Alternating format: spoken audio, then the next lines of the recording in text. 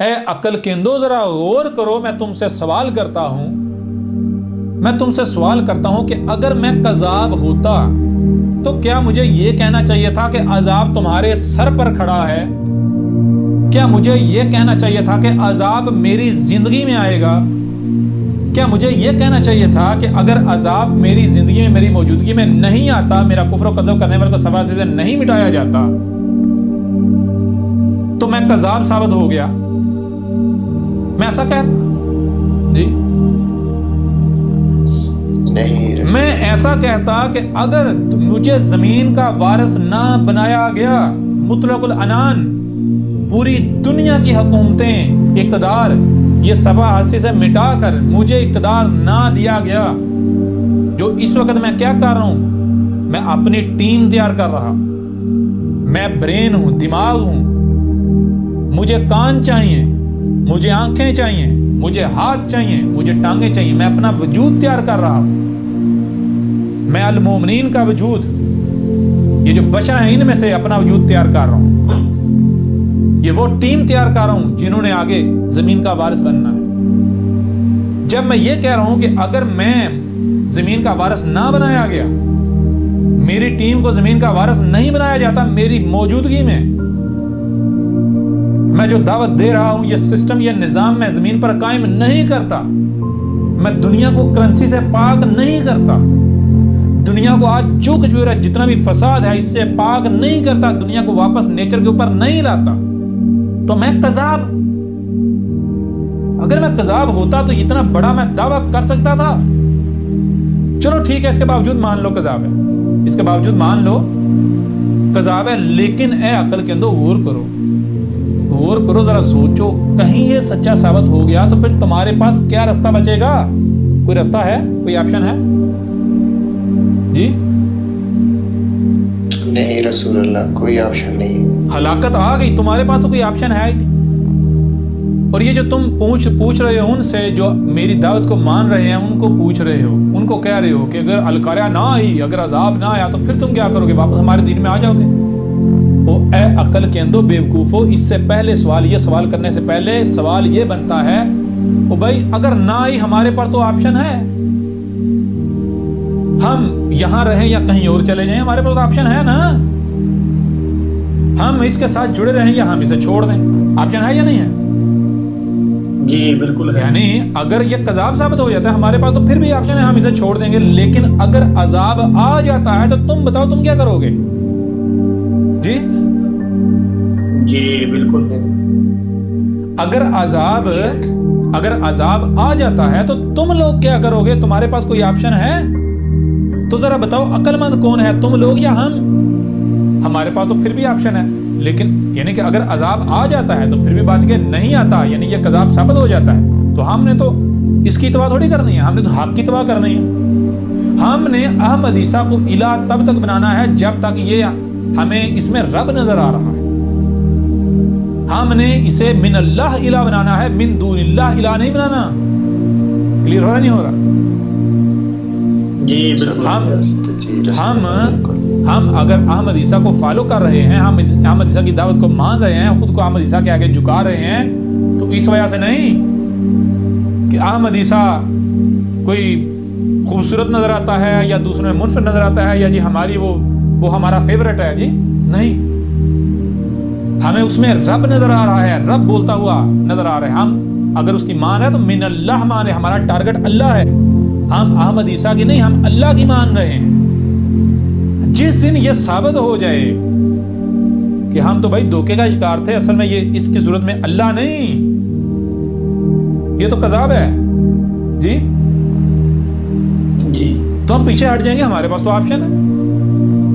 لیکن اگر واقعتاً یعنی اس وقت تک اگر دیکھا جائے، اس وقت تک اگر احمد عیسیٰ کو دیکھا جائے، دنیا کی کوئی طاقت اس کا رد نہیں کر پا رہی، دنیا کی کوئی طاقت اسے غلط ثابت نہیں کر پا رہی، دنیا کے تمام مذاہب کو، یہاں تک کہ جو سائنس ہے، یہ جو بڑے بڑے انٹلیکچوئل ہیں، ہر طرح کے شخص کو، ہر طرح کے طبقے کو اس نے چیلنج کیا ہوا ہے کہ ہر کوئی بے بس ہے۔